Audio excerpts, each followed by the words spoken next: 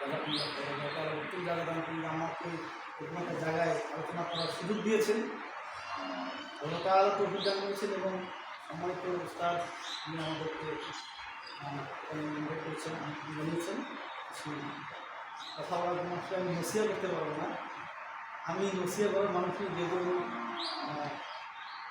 খুব লাভবান মানুষ, মানুষ। আমি আপনাদের জন্য কিছু কথা বলবো, যে কথাগুলো আমি জীবন ঘুষে কিছু কথা বলবো, যেগুলো যদি কোরআন এবং হাদিসের সাথে মেলে তাহলে আমরা সেগুলো আমল করার চেষ্টা করি, আর যদি কোরআন হাদিসের সাথে না মিলে তাহলে আমরা সেগুলো ছেড়ে দিয়ে আমরা শরীরকে মানার চেষ্টা করি। আল্লাহ তাআলা আমাদেরকে এই পৃথিবীতে পাঠিয়েছেন একমাত্র কেবলমাত্র শুধুমাত্র সেই মহান আল্লাহ তাআলার দাসত্ব করার জন্য, তাই না? আমাদের আর কারো দাসত্ব চলবে? আমরা আর কারো দাসত্ব মানব না, আর কারো দাসত্ব আমরা মানব না। তার দলিল কি? আল্লাহ তাআলা বলছেন, ওমা খালাকতুল জিন্না ওয়াল ইনসা ইল্লা লিয়াবুদুন। সূরা জারিয়াতের ৫৭ নম্বর আয়াতে আল্লাহ তাআলা এই ঘোষণা দিচ্ছে যে আমি জিন এবং মানুষকে সৃষ্টি করেছি একমাত্র কেবলমাত্র শুধুমাত্র আমি আল্লাহর দাসত্ব করার জন্য। কার দাসত্ব? আল্লাহ বলছেন যে আমি আল্লাহর দাসত্ব তোমরা করবা, ঘুম থেকে উঠবা এবং ঘুমোতে যাবো, এই সময়ের মধ্যে সমস্ত কাজ পরিচালনা করবা তোমরা, আমি আল্লাহর দাসত্ব করবো।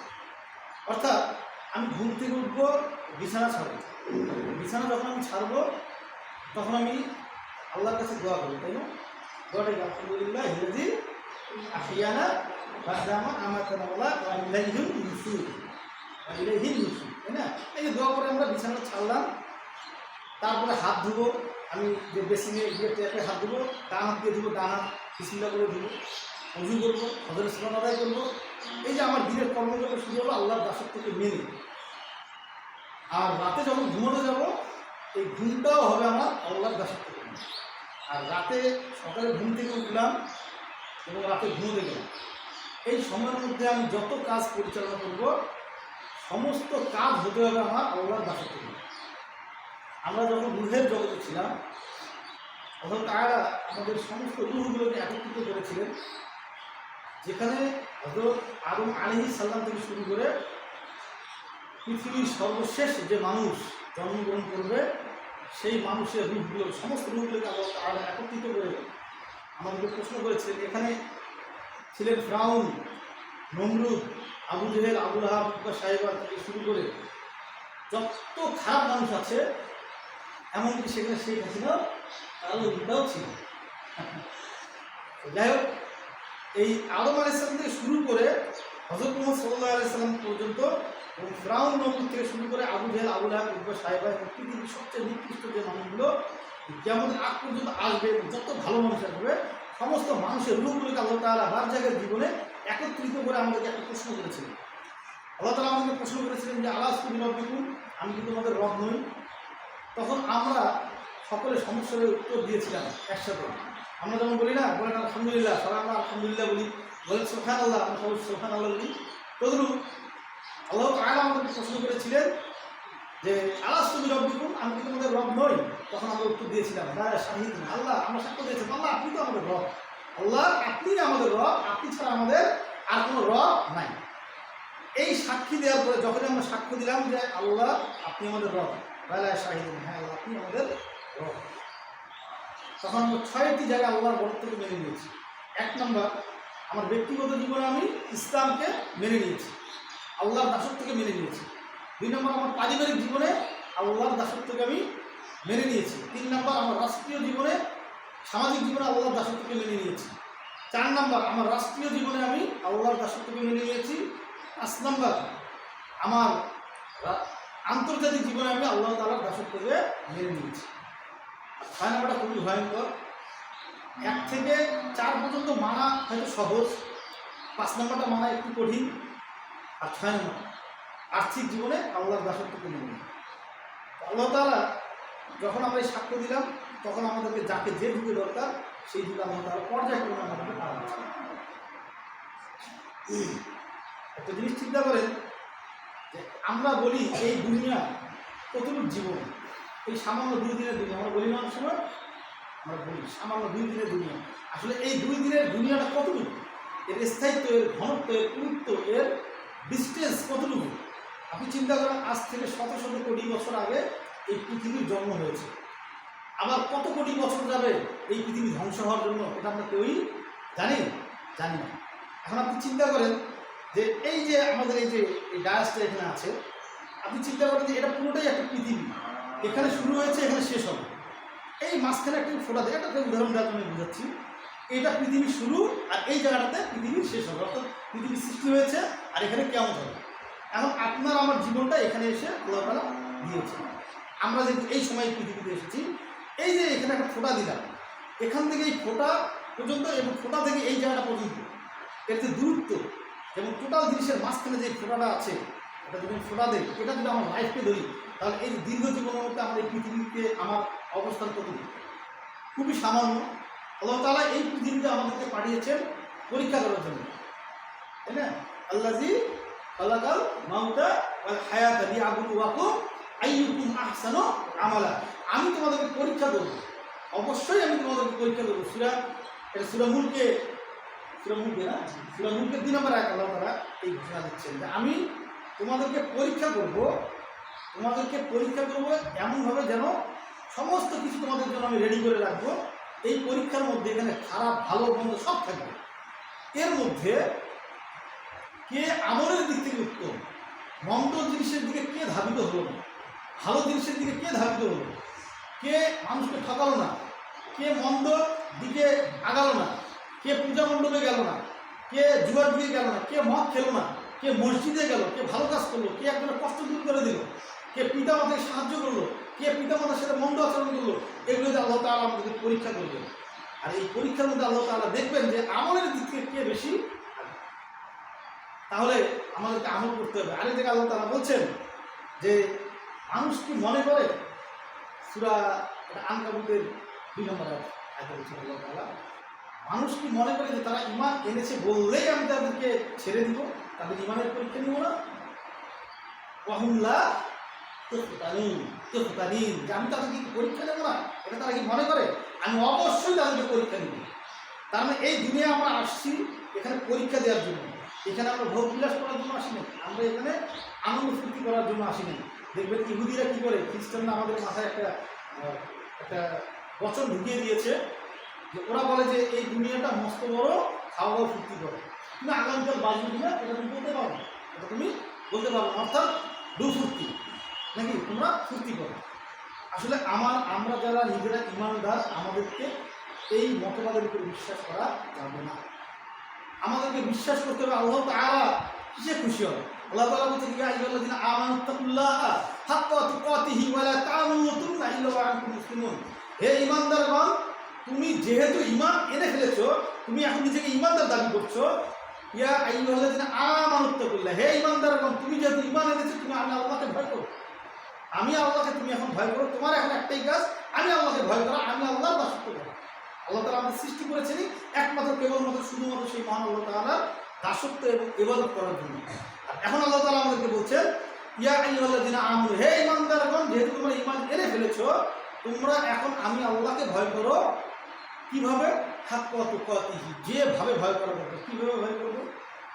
আমি মোবাইলটা রাতে পেলাম, আমাদের সামনে ছুটি হবে, আজকেও ছুটি হবে না, ছুটি, সরকারি ছুটি। আপনারা এখনও আপনারা বয়সে অনেক ছোটো, পৃথিবী সম্বন্ধে আপনাদের ধারণা এখনও আসেইনি বলা যায়।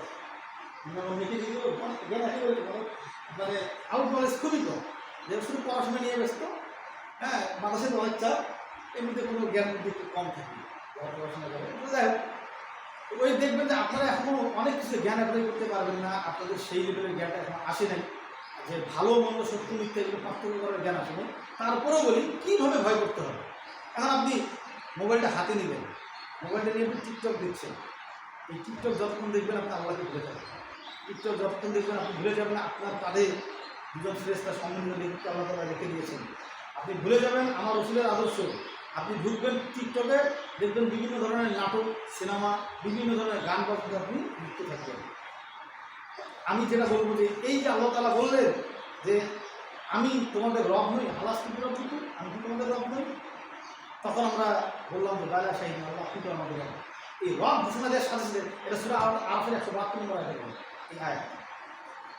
আল্লাহকে যখন বললাম যে আল্লাহ আপনি আমাদের রব, তখন আমি তো বললাম এই বলার সাথে সাথে 6টি স্থানে আল্লাহর কাছ থেকে মেনে নিলাম যে আল্লাহ আমার ব্যক্তিগত জীবনে আপনি আমার রব, আমার পারিবারিক জীবনে আপনি রব, আমার সামাজিক জীবনে আপনি রব, আমার রাষ্ট্রীয় জীবনে আপনি রব, আমার আন্তর্জাতিক জীবনে আপনি রব, আমার আর্থিক জীবনে আল্লাহ আপনি আমাদের রব।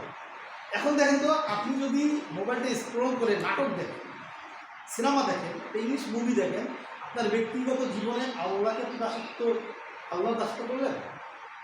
আমি কি করলাম? করলাম না।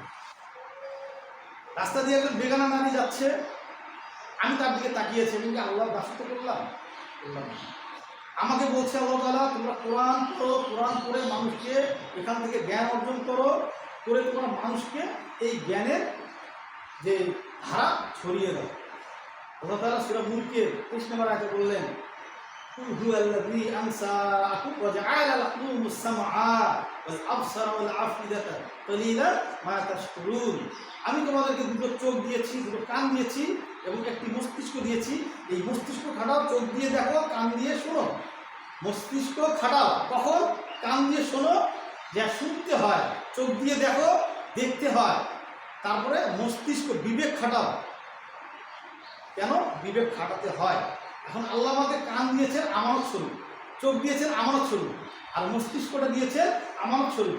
এখন আমি যদি এই কানের অপব্যবহার করি মিউজিক শুনে, চোখের অপব্যবহার করি যদি আমি নাটক সিনেমা দেখে, আর মস্তিষ্কের অপব্যবহার করি যদি এই নাটক সিনেমা গান বাজনা থেকে খারাপ কিছুগুলো আমি প্রদর্শন করি, এক্সপোজ করি, তাহলে আমি আল্লাহর দাসত্বকে মেনে নিতে পারলাম না। তাহলে প্রথম কন্ডিশনে আমি ফেল করি। তাহলে আল্লাহ তাআলা সূরা তাহরিমে বললেন ইয়া আইয়ুহাল্লাযীনা আমানু কু আনফুসাকুম ওয়া আহলিকুম নার, হে ঈমানদারগণ তুমি নিজে বাঁচো, তোমার পরিবার পরিজনকে বাঁচাও। কোথা থেকে? জাহান্নামের আগুন থেকে। তুমি তোমার পরিবারকে বাঁচাও। কখন? আগে তুমি নিজে বাঁচাও, আগে আমাকে বাঁচতে হবে। আমাকে বাঁচতে হবে কীভাবে? আমল করতে হবে, বেশি বেশি আমল করতে হবে, নামাজ পড়তে হবে, ভালো কাজ করতে হবে। আল্লাহ তাআলা কোরআনের অসংখ্য আয়াতে বলছেন ইয়া আইয়ুহাল্লাযীনা আমানু, হে ঈমানদারগণ তোমরা যদি ঈমান এনে ফেলেছ আমিলে সলিহা, আমলে সলিহা করো। তাহলে আমাদেরকে বেশি বেশি করে ঈমান আনার পরে আমাদেরকে বেশি বেশি করে আমল করতে হবে, ভালো ভালো আমল। তাহলে আমার ব্যক্তিগত জীবনটাকে আমি মিশিয়ে তুলছি। আমি নাটক সিনেমা থিয়েটার দেখি, আমি বুঝতে পারি। আমরা মনে করি যে নাটক দেখলে মাইন্ড রিক্রিয়েশন হয়, সিনেমা দেখলে মাইন্ড রিক্রিয়েশন হয় না, কখনোই না। যারা নাটক সিনেমা গান বাজনা দেখে সাময়িক, তাদেরকে হয়তো ওই গান বাজনাগুলো ওই তার দুশ্চিন্তাগুলোকে ভুলিয়ে দিতে পারে সাময়িক, কিন্তু স্থায়ীভাবে কখনোই দিতে পারে। স্থায়ীভাবে আপনাদেরকে কোরআন, হাদিস, রাসূল সাল্লাল্লাহু আলাইহি ওয়াসাল্লাম সুন্নাহ, আমি এমনি কথাগুলো বলছি, আমি আমার জীবনের বাস্তব এবং প্র্যাকটিক্যাল অভিজ্ঞতা থেকে, আমি আমার জীবন থেকে প্র্যাকটিক্যাল অভিজ্ঞতা থেকে আমি কথাগুলো বলছি। গান বাজনা মানুষকে আল্লাহর কাছ থেকে দূরে রাখবে, গান বাজনা মানুষকে আল্লাহর দাসত্ব থেকে দূরে রাখবে, গান বাজনা আপনাকে ইসলাম থেকে দূরে রাখবে, গান বাজনা আপনাকে কোরআন থেকে দূরে রাখবে। আজকে দেখেন যে নাস্তিকবাদীর যে মতবাদ, নাস্তিকতার যে মতবাদ এই পৃথিবীতে দেখা যায়, ডারউইনের তত্ত্ব নিয়ে আমি পড়াশোনা করেছি। আমার যে সাবজেক্ট ছিল ফিলোসফিতে পড়াশোনা করেছি। আমি তো জেনারেল স্টুডেন্ট, আমাকে এবার মাদ্রাসার ছাত্র বা মাদ্রাসার টুরিও মনে করবেন না, আমি একদম জেনারেল। আর আরও তথ্য দিব আমার সম্বন্ধে, আপনারা ইনফ্লুয়েন্স হবে আশা রাখি। তো আমি যখন এখানে সম্মানিত সাহেব উস্তাদ আমাদের প্রিন্সিপাল মহোদয় উনি আমাকে ইনভাইট করেছেন, তখন কী বিষয় নিয়ে আলোচনা করবো, আসলে এটা তো ইনডোর হবে অবশ্যই, কী বিষয় নিয়ে আলোচনা করবো, ভাবলাম একটু নসিহত দিতে পারবো না, আমার জীবন থেকে কথা বলে আমি সেটা টিউশন দিতে দেবো। তো আমি যে জিনিসটা দেখেছি, ইসলাম কেন শ্রেষ্ঠ, কোরআন কেন শ্রেষ্ঠ, আপনারা জানেন? কারণ আপনাকে প্রশ্ন করা হলো যে ইসলাম কেন শ্রেষ্ঠ, কোরআন কেন শ্রেষ্ঠ, কি উত্তর দিবেন বলেন? কে দিতে পারবেন? প্রশ্ন আমি কঠিন আজকে দিব, তারপরে এটা উত্তর দেওয়া খুবই কঠিন, এটা অনেক চিন্তার ব্যাপার। কেন কোরআন শ্রেষ্ঠ? আল্লাহর কিতাবের জন্য, বলেন তো? আল্লাহ পাঠিয়েছেন এর জন্য? এটা প্রথম কারণ যে আল্লাহ পাঠিয়েছেন একমাত্র কিতাব, যে কি বলছেন আল্লাহ, যালিকাল কিতাবু ওয়া রাইবা ফীহি হুদাল লিল মুত্তাকিন। এটা আল্লাহ পাঠিয়েছেন, এর জন্যই শ্রেষ্ঠটা কার কাছে? মুমিনের কাছে, ইমানদারের কাছে। আমি আল্লাহর দাসত্ব করব আমার কাছে। একজন হিন্দুর কাছে এটা শ্রেষ্ঠ কিতাব, একজন খ্রিস্টানের কাছে এটা শ্রেষ্ঠ কিতাব, একজন ইহুদির কাছে কি এটা শ্রেষ্ঠ কিতাব? কখনোই এটা ইহুদির কাছে ইহুদিরা বলবে না যে কোরআন সর্বশ্রেষ্ঠ কিতাব, এটা ইহুদিরা কখনোই বলবে না, খ্রিস্টানরা কখনোই বলবে না, হিন্দুরা কখনোই বলবে না। তারা বলবে গীতা সর্বশ্রেষ্ঠ কিতাব, খ্রিস্টান বলবে বাইবেল সর্বশ্রেষ্ঠ কিতাব, ইহুদি ওদের ওদের যেটা কিতাব আছে ওটাকে বলবে শ্রেষ্ঠ কিতাব। আর আমি মুসলিম হয়ে আমি তো বলবো শ্রেষ্ঠ কিতাব কোরআন, আমি তো মুসলমান। কিন্তু এমনি এমনি আমি বলবো? আমি যখন পড়াশোনা করতাম কারমাইকেল কলেজে, ফিলোসফি একটা নাস্তিক সাবজেক্ট, এই সাবজেক্টটাতে আমি বলবো এই সাবজেক্টে যেন কেউ পড়াশোনা না করে। কেননা এই সাবজেক্টে কেউ যদি পড়াশোনা করে তাহলে সে বিপদগামী হবেই, হতেই হবে, তাকে বিপদগামী হতেই হবে। সে ওভারকাম করবে সেটা ভিন্ন জিনিস, আল্লাহ যদি তাকে হেদায়েত দিতে থাকে তাহলে সেটা ভিন্ন জিনিস, কিন্তু সে পথভ্রষ্ট হবেই। এখন ওই সময় আমার মনে প্রশ্ন জেগেছিল যেটা যে আমি মুসলমানের ঘরে জন্মগ্রহণ করেছি, তাই আমি মুসলিম, ইসলাম সর্বশ্রেষ্ঠ কিতাব এটা আমি বলবই। কিন্তু আদৌ কি ইসলাম শ্রেষ্ঠ ধর্ম, কোরআন কি শ্রেষ্ঠ কিতাব? তখন আমার মধ্যে প্রশ্ন আসতো যে আমি মুসলমান থেকে বলি, আমি যদি হিন্দু হতাম তাহলে আমি এটা বলতাম না, আমি খ্রিস্টান হলে এটা আমি বলতাম না। তো এইভাবে আমার যে সময়টা কেটে গেল, আমি করোনার আগ পর্যন্ত আমি কোরআন ঘেটে দেখিনি, কোরআন পড়তে জানতাম না, কোরআন খুলেও দেখিনি। সেগুলো হয়তো এমনি খুলেছি 2-1 দিন, হয়তো সারা জীবন হয়তো 4-5 দিন খুলে দেখেছি, হয়তো খুলে দেখে ওই পর্যন্ত শেষ করি না। কিন্তু যখন করোনা আসলো, করোনা আসার সময় যখন করোনার যে প্যান্ডেমিক টাইমটা আসলো, ওই সময় আমি দেখলাম যে একটা আয়াত পেলাম, যে মোবাইল স্ক্রল করতে করতে দেখলাম একটা আয়াত পেলাম যে কোরআন তোমার পক্ষে অথবা বিপক্ষে সাক্ষী। এই সাক্ষী যে দিবে কোরআন আমার বিপক্ষে যদি, তখন আমি নামাজ কালাম করি, 5 ওয়াক্ত সালাত আদায় করার চেষ্টা করি, কিন্তু কোরআন দেবে না। এই সময় যখন দেখলাম যে না, কোরআন আমার বিপক্ষে সাক্ষী দিবে, তাহলে কোরআন জানা আমার দরকার। যদি আমি এই অবস্থায় করোনা এই প্যান্ডেমিক টাইমে যদি আমার মৃত্যু হয়, তাহলে কোরআন যখন বলবে যে আল্লাহ এ তো আমাকে করেনি, তখন কী জবাব দেবো আল্লাহ তাআলার কাছে? তখন চিন্তা করলাম না, কোরআনটা পড়া দরকার। এই তখন একটা দুটো সূরা মুখস্থ করতে করতে করতে ধীরে ধীরে আলহামদুলিল্লাহ এখন আল্লাহ তাআলা মাদ্রাসায় আমার কিন্তু ওই যে উনি আমার ছাত্র আমার মাদ্রাসার, তারপর ওনাদের কাছে অনেক হাদিস শিখি। যাই হোক, এখন কোরআন আল্লাহ বললেন যে খয়রুকুম ম্যানটা, রাসূল সাল্লাল্লাহু আলাইহি ওয়াসাল্লাম বললেন খয়রুকুম ম্যানটা আল্লামা কোরআন ও আল্লামা, যে নিজে কোরআন শিক্ষা করলো এবং অপরকে কোরআন শিক্ষা করালো। একে তো আমরা মানুষ হিসেবে আশরাফুল মাখলুকাত, সৃষ্টির সেরা জীব, আর দ্বিতীয়ত ওই সৃষ্টির সেরার মধ্যে তারাই সর্বোৎকৃষ্ট, তারাই সর্বশ্রেষ্ঠ, কারা? যারা নিজে কোরআন শিক্ষা করলো এবং অপরকে কোরআন শিক্ষা করালো। আপনারা কোরআন শিক্ষা করছেন এবং আলহামদুলিল্লাহ আপনারা অন্যকে কোরআন শিক্ষা করার সুযোগ পাচ্ছেন।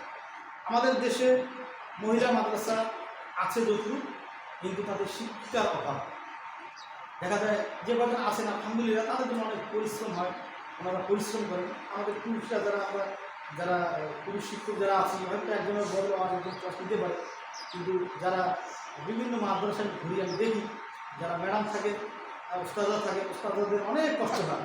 কারণ দেখা যায় যে অনেককে একজনকে 2টা দিলে ক্লাস নিতে হয়। যাই হোক, এটা অনেক আধুনিক যুগে এখন অনেক শিক্ষা পাওয়া যায়। এবার আপনারা তৈরি হবেন, আপনারা এমনভাবে তৈরি হবেন, আপনারা যখন অন্যের সংসারে গিয়ে আপনারা যখন সংসার করবেন তখনও যেন ইসলামটা থাকে।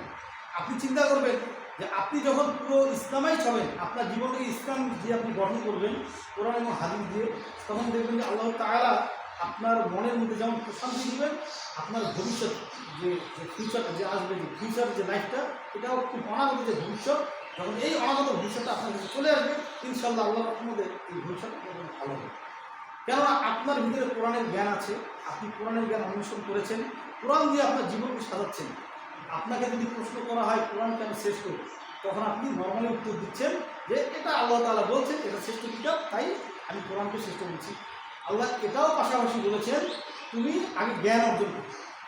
আল্লাহ তাআলা বলছে অবশ্যই অবশ্যই আমি কোরআনকে সহজ রূপে নাযিল করেছি। তোমাদের মধ্যে কোনো জ্ঞানী আছে যে এই কোরআনকে নিয়ে গবেষণা করবে? আল্লাহ কিন্তু এখানে বলেন নাই যে এখানে কোনো হিন্দু আছো বা কোনো মুসলমান আছো বা ইয়া আইয়ুহাল্লাযীনা আমানু, হ্যাঁ এটা বলেননি। যে আল্লাহ বলেন ইয়া আইয়ুহাল্লাযীনা আমানু ওয়া লাকাদ ইয়াসসারনাল কুরআনা লিয-যিকরি ফাহাল মিন মুদ্দাকির, এটা বলেননি। হে ইমানদারগণ, অবশ্যই আমি কোরআনকে সহজ রূপে নাযিল করেছি। আল্লাহ তাআলা বলছে ওয়া লাকাদ ইয়াসসারনাল কুরআনা লিয-যিকরি ফাহাল মিন মুদ্দাকির, ফাহাল মিন মুদ্দাকির বলছে তোমাদের মধ্যে কোনো জ্ঞানী আছে? এখানে হিন্দুরাও গবেষণা করতে পারে, খ্রিস্টানও গবেষণা করতে পারে, ইহুদিরাও করতে পারে, মুসলমানও করতে পারে, এছাড়া এভরিবডি যে কেউ এটা করতে পারে। এখন যদি আমি কোরআনকে নিয়ে গবেষণা করি তাহলে আমি পৃথিবীর শ্রেষ্ঠ মানুষ হয়। আমি শ্রেষ্ঠ মানুষ হওয়ার জন্য আমি চেষ্টা করতে পারি। কোরআন এমনি শ্রেষ্ঠ কিতাব হয়নি। আমি আমার জীবনে যত বই পড়েছি, যত কিতাব পড়েছি, কোরআন যে আসলেই একটা শ্রেষ্ঠ ধর্ম, আপনি অন্য ধর্মের সাথে যখন আপনি কম্পেয়ার করবেন তখন আপনি বুঝতে পারবেন যে কোরআন আসলেই শ্রেষ্ঠ ধর্ম। আমি বৌদ্ধ ধর্ম পড়েছি, আমি খ্রিস্টান ধর্ম পড়েছি, খ্রিস্টানকে কম পড়েছি, আমি হিন্দু ধর্মের গীতা, বেদ এগুলো পড়েছি। এগুলো পড়ার পরে আমি যেগুলো জানতে পেরেছি যে কোরআনের সাথে যখন কম্পেয়ার করলাম, এটা যখন আমি ওই স্টুডেন্ট লেগে যখন আমি পড়াশোনা করি তখনকার কথা বলছি, না 2004-05 সালের কথা বলছি, তখন আমি দেখলাম যে না, এদের ধর্মে আসলে কী আছে। দেখলাম যে এই ধর্মের সাথে ইসলাম ধর্মের অনেক জ্ঞান, অনেক ডিস্টেন্স। ওরা ভালো কথা বলবে, ওরা বলবে তোমরা মদ খেও না, তোমরা সুদ খেও না, তোমরা ঘুষ খেও না, তোমরা মানুষকে ঠগাইও না, এই কথাগুলো তারা বলবে। কিন্তু এর বাইরে কিছু কথা আছে, ইনসাফ। আমি সুদ খাবো না, ঠিক আছে, আমি সুদ খাইতে নিষেধ করা হলো, ঘুষ খাইতে নিষেধ করা হলো, অন্যায় করতে নিষেধ করা হলো, কিন্তু পাশাপাশি এটা বলা হলো না যে আমি এই অন্যায়টা যে করবো না, তাহলে এই অন্যায়টা না করার জন্য আমাকে কী করতে হবে, এই যে ইনসাফ প্রতিষ্ঠা করতে হবে, এটা কিন্তু তারা বলেন। এখন আমরা নেপোলিয়ন বোনাপার্ট নাম শুনছেন আপনারা কেউ? নেপোলিয়ন নাম শুনছেন? নেপোলিয়ন নামে একজন যে বিজ্ঞানী আছে, করতে হবে আপনাদেরকে রিলেশন, মানে আন্তর্জাতিক রিলেশন কেন্দ্রিক যে বইগুলো, এগুলো করতে হবে। কারণ আপনারা একটা সময় লিড করবেন, আপনারা এই দেশটাকে লিড করবেন। কিন্তু একটা সময় আপনি মনে করেন না যে মেয়ে মানুষ ঘরে বসে থাকার মানুষ, সেটাও না। ইসলাম বলে না যে মেয়ে মানুষের শুধু ঘরে বসে থাকবে, এটাও ইসলাম বলে না। ইসলাম বলেছে মেয়ে মানুষও কাজ করবে, মেয়ে মানুষের চাকরি করবে, মেয়ে মানুষের ক্ষেত মানে মাঠ পর্যায়ে যাবে। কারা? ওই যে এখন যে ভোট আসছে, এই যে মনে করেন মাইক হাতে নিয়ে বলছে তোমার ভাই আমার ভাই অমুক ভাই তমুক ভাই, না, এটা না। এটার জন্য ইসলাম মেয়ে মানুষকে তৈরি করেনি। দেখবেন অনেকে মিছিল করছে না। গতকাল আমি দেখি আমার বাসার সামনে দিয়ে বিশাল বড় একটা মিছিল যাচ্ছে। আমি একটু বের হয়ে দেখলাম, মনে করলাম ধরো পুরুষ মানুষরা আছে, সেখানে সামনের সারিতে ম্যাক্সিমাম নেই। এবং এই মেয়েগুলোকে কেমন করে তার বাবা মা পাঠায় আমি এটা জানি না। ওই যে কোরআনের জ্ঞান নেই, যদি কোরআনের জ্ঞান থাকতে এই মেয়েটা বের হতো। একজনকে দেখলাম, খুব আফসোস লাগলো যে তার হাজব্যান্ড তাবলিগ করে নেয়, তাকে আমি ব্যক্তিগতভাবে চিনি। সেই মেয়েটা পর্দা ছাড়া, হিজাব ছাড়াই সেই মেয়েটা বের হয়ে গেছে। সে কতটুকু জাহেল, সে তার স্বামীর ইজ্জত রাখলো, তার কোরআনের জ্ঞান নেই। তো যাই হোক, এখন এই নেপোলিয়ন বোনাপার্ট কি বললেন যে তুমি আমাকে একটা শিক্ষিত মা দাও, আমি তোমাকে একটা শিক্ষিত জাতি দেবো। আপনি জানেন যে আপনি নিজের কত বড় নিজের অধিকারটাকে নষ্ট করছেন। আমরা বলি এই যে সেকুলার যারা, তারা বলে যে ইসলাম নারীর অধিকার পূর্ণ করছে না, বলে যে তারা সমান অধিকার। সমান অধিকার কেন হবে? নারী পুরুষ কেন সমান অধিকার হবে বলেন, আমাকে আপনারা বুঝান। যারা এখানে ওস্তাদরা আসেন কিনা আমি জানি না, আমাকে বলেন যে নারী পুরুষ কেন সমান অধিকার হবে। আমি নারী পুরুষ সমান অধিকারে আমি এই মতবাদে আমি বিশ্বাসী না। নারী পুরুষ কখনোই সমান অধিকার হতে পারে না। ইসলাম আমার মাকে দিল 3 ভাগ সম্মান, আর পুরুষকে আমার বাবাকে দিলে 1 ভাগ সম্মান। কেন আমি বাবাকে আমি নিয়ে আসবো? ইসলাম যেটা বললো, আল্লাহ যেটা বিধান দিলেন যে বাবারা পাবে 1 ভাগ আর মায়েরা পাবে 3 ভাগ, কেন আমি নারী পুরুষ সমান অধিকার দেবো? এই বেগম রোকেয়া সাখাওয়াত আপনাদেরকে নিচে নামাচ্ছে। আমরা বেগম রোকেয়া সাখাওয়াত বলেন, সুফিয়া কামাল বলেন, এরা আমাদেরকে, আমাদের মা বোনদেরকে এরা হেয় প্রতিপন্ন করছে। দেখেন আজকে বিভিন্ন পণ্য, বিভিন্ন প্রোডাক্ট যখন আসে, যে বাংলাদেশে একটা নতুন প্রোডাক্ট আসে, এর অ্যাড করে মেয়েদেরকে দেখেন কীভাবে উপস্থাপন করে, কীভাবে এক্সপোজ করে, আর পুরুষদেরকে কীভাবে এক্সপোজ করে। এখান থেকে বেরিয়ে আসতে হবে। আমাদের মা বোনদের মধ্যে ডাক্তারের দরকার আছে না? আমাদের মহিলা ডাক্তার দরকার আছে না? বলেন আছে কিনা? আপনাদেরকে ডাক্তার হতে হবে, সেই চিন্তা নিয়ে আপনাদেরকে এগিয়ে যেতে হবে। কোরআন করবেন, কোরআনের জ্ঞানটা আপনাকে সেই লেভেলে নিয়ে যেতে হবে, যেই লেভেলে নিয়ে গেলে আপনি ডাক্তার হওয়ার পরে ইনসাফ করতে পারবেন, আপনি ব্যারিস্টার হওয়ার পরে ইনসাফ করতে পারবেন, আপনি শিক্ষিকা হওয়ার পরে ইনসাফ করতে পারবেন, আপনি ব্যবসায়ী হওয়ার পরে ইনসাফ করতে পারবেন। আপনি ওজনে কম দিবেন না, আপনার মধ্যে কোরআনের জ্ঞান থাকলে ওজনে কম দিবেন না। আমি একটা যেহেতু ওস্তাদ বললেন, আমি একটা পোশাক শিল্পের সাথে জড়িত, আমার বিজনেস আছে পোশাকের। তো যাই হোক, কোথায় এটা বলবো না, পরে আবার ভাববেন যে অ্যাড করতে এসছি, না, এটা আমি বলবো না স্থান। তো আমার যে প্রতিষ্ঠানে মিথ্যা বলা নিষেধ, একদম টোটালি মিথ্যা কথা বলা যাবে না। সারাদিন বিক্রি হয় নাই, মিথ্যা কথা বলা যাবে না। মিথ্যা কথা বললে পণ্য বিক্রি হয় সই হাদিস। মিথ্যা কথা বললে পণ্য দ্রুত বিক্রি হয়, কিন্তু বরকত বেড়ে যায়। আমি পণ্য দ্রুত বিক্রি করবো না মিথ্যা কথা বলে, কেন আমি বরকত পাবো। আমার দোকানে কিরা কেটে মাল বিক্রি করা যাবে না, বিক্রয় কিন্তু আমার ফেরত দেওয়া হয়, এটা আমার ব্যাগের মধ্যে আমি বিক্রি দিয়েছি। এবং আরেকটা বক্তব্য বলেছিলেন, এটা নিয়ে আমার মার্কেটে অনেকে আমাকে অনেক কথা বলেছে, কিন্তু আমি চ্যালেঞ্জ করেছি, আমাকে আপনারা ভুল ধরুন যে অধিকাংশ কাপড় ব্যবসায়ীরা মিথ্যা বলে। অধিকাংশ, সবাই না, সবাইকে আবার ধরবেন না। অধিকাংশ ব্যবসায়ীরা মিথ্যা বলে, ওজনে কম দেয়, ঢাকা থেকে মাল এনে বলে আমি চায়না থেকে এনেছি, লন্ডন থেকে এনেছি, আমেরিকা থেকে এনেছি, এই মিথ্যা কথা বলার কী দরকার? যদি আপনার ভিতরে কোরআনের জ্ঞান থাকে, আপনি ব্যবসাটা করেন, আপনি মা আপনি ব্যবসা করেন, আপনি বোন আপনি ব্যবসা করেন, দেখবেন আপনার কোরআনের জ্ঞান থাকে, আপনি মিথ্যা কথা বলবেন। তাহলে আমাদের কোরআনের জ্ঞানটা দরকার আছে আমাদের বাস্তব জীবনে কোরআনকে অ্যাপ্লাই করার জন্য, বাস্তব জীবনে রিয়েলাইজেশনের জন্য আমাদেরকে কোরআনের জ্ঞান অন্বেষণ করতে হবে, রাসূল সাল্লাল্লাহু আলাইহি ওয়াসাল্লামের সুন্নাহকে অনুসরণ করতে হবে। আমরা যদি মনে করি যে আমরা জেনারেলে অনেক পড়াশোনা করেছি, আমরা অনেক জ্ঞান অর্জন করেছি, আমরা আসলে কিছুই শিখি নাই যদি কোরআনের জ্ঞান না থাকে। আপনারা আলহামদুলিল্লাহ এই কোরআনের জ্ঞান অন্বেষণ করছেন, পাশাপাশি আপনারা এই কোরআনের জ্ঞানটাকে যখন আপনারা রপ্ত করতে পারবেন, যদিও কোরআনের জ্ঞান সমস্ত অর্জন করা সম্ভব না, হাদিসগুলো সব আমাদের হয়তো আমল করা সম্ভব না, কিন্তু জ্ঞান তো অর্জন করা যাবে। এখন যখন আপনি ডাক্তার হবেন, আপনি সামান্য আপনার আঙুলটা কেটে গেছে, আপনার কাছে একজন রোগী আসলো, আপনি ইনসাফ থাকলে, কোরআনের জ্ঞান থাকলে আপনি বলবেন না যে ভাই এই ব্লাড টেস্ট করেন, সুগার টেস্ট করেন, ইউরিন টেস্ট করেন, এই টেস্টগুলো করে আনেন, তারপরে দেখবো এটা সেলাই করা যাবে। তাহলে কি ডাকাত না? ডাকাত এ হলো সবচেয়ে বড় নিকৃষ্ট মানুষ। ওই যে আল্লাহ তাআলার কাছে বলেছি বাইরা শাহিদ না, ওই আমার ব্যক্তিগত জীবনে আল্লাহকে ভয় করি নাই, আল্লাহ দাসত্ব থেকে মানি নেই বিধায় আমি এই সামান্য জায়গায় কাটার জন্য এত চেষ্টা। তাহলে আমার ইনসাফ থাকতে হবে, আমার ন্যায় পরায়ণ করতে হবে। রাসূল সাল্লাল্লাহু আলাইহি ওয়াসাল্লাম যখন জন্মগ্রহণ করলেন, এই নবুয়ত পাওয়া পর্যন্ত যে এই যে 40 বছর সময় আল্লাহ কেন নিলেন, এটা বুঝতে হবে। আল্লাহ তাআলা তো রাসূল সাল্লাল্লাহু আলাইহি ওয়াসাল্লামকে জন্মগ্রহণ করার পরে 6 মাসের মধ্যে জ্ঞান দান করতে পারতেন, 10 দিনের মাথায় জ্ঞান দান করে 11 দিনের মাথায় আল্লাহ তাআলা নবুয়ত দান করতে পারতেন। এই মুহাম্মদ তোমরা এখন একে মানো।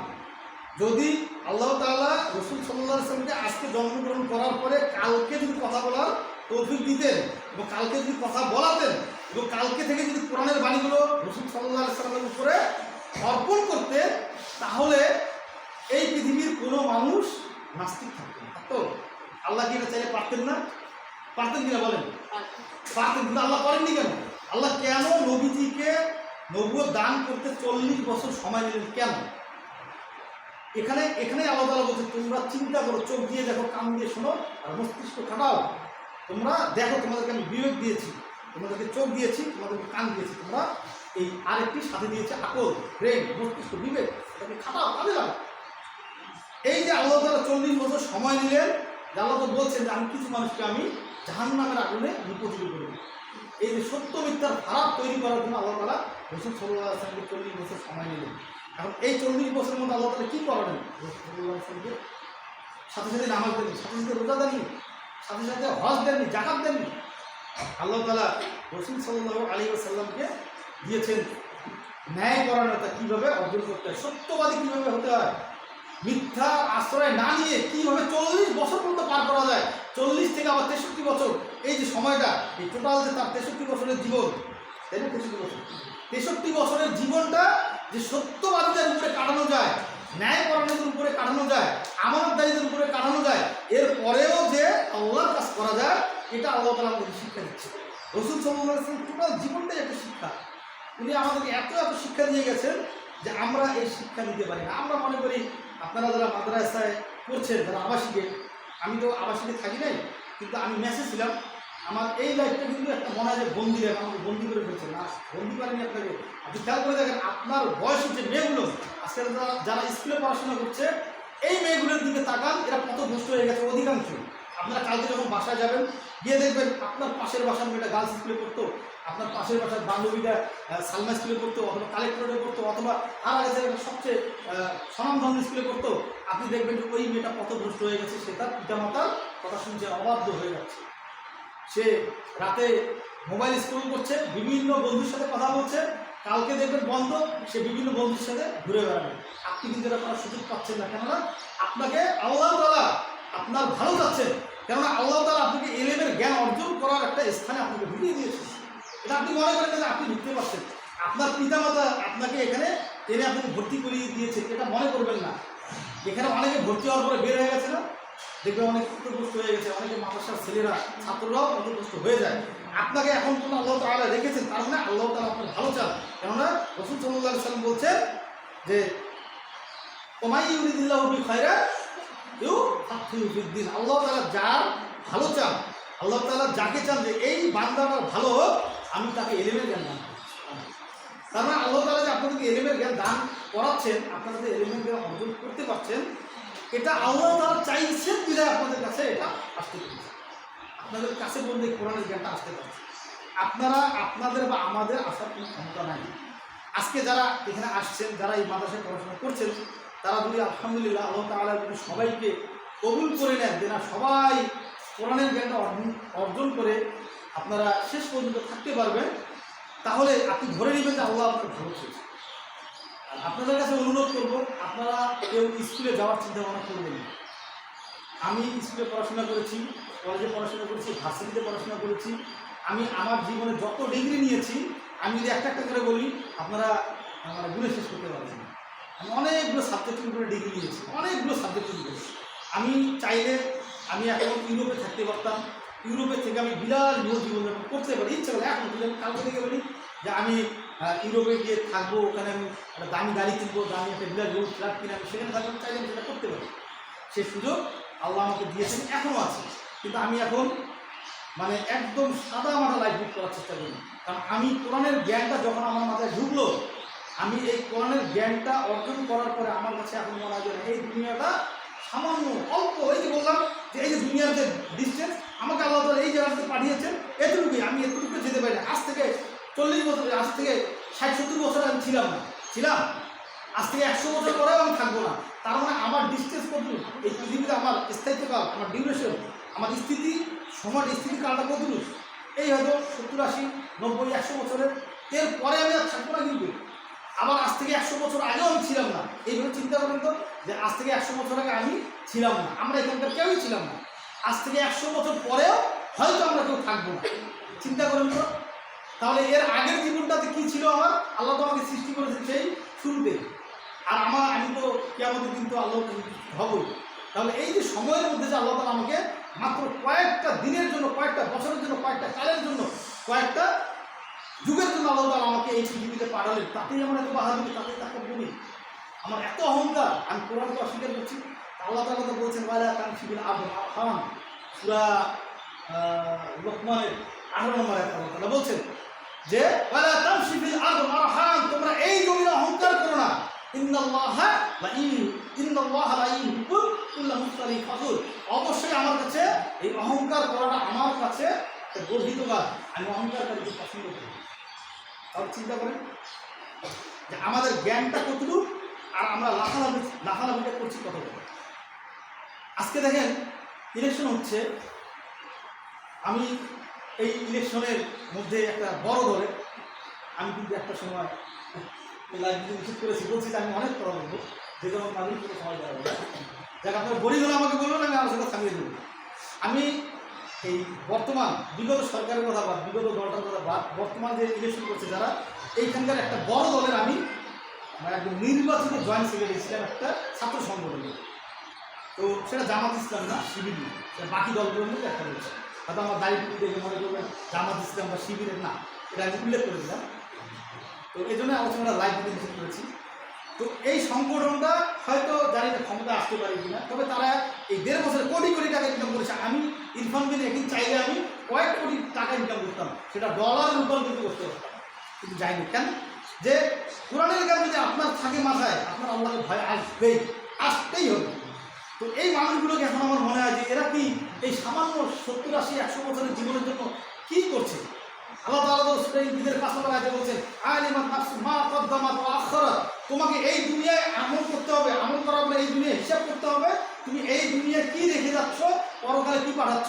আল্লাহ তাআলা আমাদেরকে বলছেন সূরা ঈদের 5 নম্বর আয়াতে আলিমাত নাফসু মা কদ্দামাত ওয়া আখখারাত ইয়া আইয়ুহাল ইনসান মা গররাকা বিরাব্বিকাল কারীম, হে ইনসান, হে মানুষ সকল কিসে তোমাদেরকে গাফেল করে রাখলো আমি আল্লাহর কাছে। আল্লাহ বলছেন আমি আল্লাহর কাছ থেকে তোমাদেরকে কিসে গাফেল করে রাখলো, হে মানুষ সকল কিসে। ইয়া আইয়ুহাল ইনসান মা গররাকা বিরাব্বিকাল কারীম। যারা হাফেজা আছেন, উস্তাদ আছেন, তারা আমার আয়াতের আমার উচ্চারণটা ভুল হতে পারে, যেটা আমি নতুন, আপনারা ভুল আমার দৃষ্টিতে দেখবেন। যাই হোক, তো এই যে আল্লাহ তাআলা বলছেন আক্ষেপ করে আলিমাত নাফসু মা কদ্দামাত ওয়া আখখারাত, তুমি দুনিয়ায় কি রেখে যাচ্ছ আর পরকালে কি পাঠাচ্ছ। এই আয়াতটাই তো ভাই এই আয়াতটাই তো আমার জীবনকে পরিবর্তন করার জন্য একটা বিশাল একটা ভূমিকা রাখতে পারে। আল্লাহ বলছেন যে তুমি এই দুনিয়ায় কী রেখে যাচ্ছ এবং পরকালে তুমি কী পাঠাচ্ছ, এটা তোমাকে এই দুনিয়ায় হিসাব করতে হবে। আল্লাহ তাআলা বলছেন দুনিয়া সিজনুল মুমিন বা জান্নাতুল কাফির, এই দুনিয়াটা মুমিনের জন্য জেলখানা আর কাফিরদের জন্য জান্নাত। আমি যদি এই হাদিস জানার পরেও যদি আমি মানুষের সাথে মানুষকে অন্যায়ভাবে জমি দখল করে নিই, আমি যদি অন্যায়ভাবে অবৈধ টাকা ইনকাম করি, আমি যদি মদ খাই, ঘুষ খাই, আমি যদি অবৈধভাবে উপার্জন করে আমি বাড়ি গাড়ি বিল্ডিং করি, আমি যদি দামি একটা গাড়ি চড়ি, ওই লোকটা দেখবে যার আমি ক্ষতি করেছি, সে দেখবে যে আমি একটা একদম মার্সিডিজ বেঞ্চ দিয়ে ঘুরে বেড়াচ্ছি, সেই লোকটা প্রতিটা বিশ্বাসে আমার জন্য অভিশাপ। কারণ আমি তাকে জুলুম করেছি, জুলুম করে আমি টাকা ইনকাম করে আমি তার টাকা দিয়ে গাড়ি করেছি, তার রক্ত চুষে আমি সেই গাড়ি দিয়ে আমি ঘুরে বেড়াচ্ছি, আমি নিজেকে বড় একজন নেতা দাবি করছি। অথচ আল্লাহ রসুল জুলুমকারীকে ভয় করতে বলছেন, বলছেন আর জুলুমত ইয়াউমাল কিয়ামা, জুলুমকারী জুলুম কিয়ামতের দিন অন্ধকার হয়ে যাবে। আমি আপনাকে ঠকাচ্ছি, জুলুম, বোনেরা মেরে খাচ্ছি, জুলুম। এখন আমাদের দেশে একটা ট্রেডিশন আছে, দেখেন আপনারা যেহেতু মা বোন আছেন এখানে অনেকে, দেখেন আমাদের মধ্যে অনেকে ভাইকে ইচ্ছা করে সম্পদ দিতে দেবে না, বোনরা কী করে ভাইকে সম্পদ দিতে দেবে, ভাই আমি তোকে আমি অনেক ভালোবাসি, লিখে দেবো না, তুমি এটা করি না। বোনও দেখতেছে যে ভাইকে দিবে না, কি করবো লিখে দিবে। আবার এমনও বোন আছেন ভাইকে খুবই ভালোবাসেন, একদম অন্তর থেকে ভালোবাসেন, ভাই দিয়ে দিবে এটা বোন জানে, ভাই আমাকে দিবে। এখন বোন বললো যে ভাই তুই আমাকে এত ভালোবাসিস, তুই দিবি, আমি এটা নেবো না, তোকে লিখে দিলাম না। এটা আপনি করতে পারবেন না, এটা আপনি কখনোই করতে পারবেন না। আপনি যদি করেন আপনি কোরআনের আয়াতকে অস্বীকার করবেন। কারণ কোরআন বলছে আপনার যদি সন্তান থাকে, সেই সন্তানের হক হলো আপনার পৈতৃক সম্পদের উপরে।